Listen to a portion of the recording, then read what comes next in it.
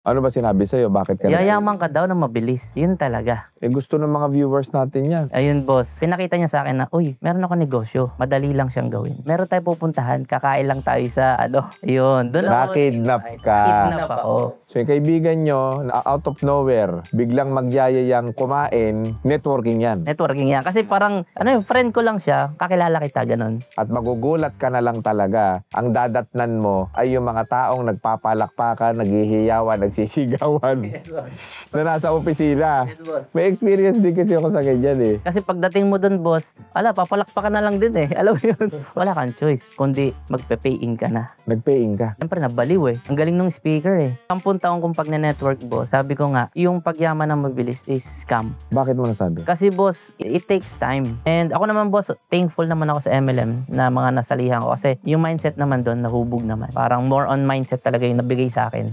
Pero sa income, wala talaga. So masasabi mo bang panalo yun? Panalo yun. Kasi yung mindset mo kasi is, yun yung isa sa hindi maaalis sa'yo ng tao eh. Parang kayamanan mo na rin yan.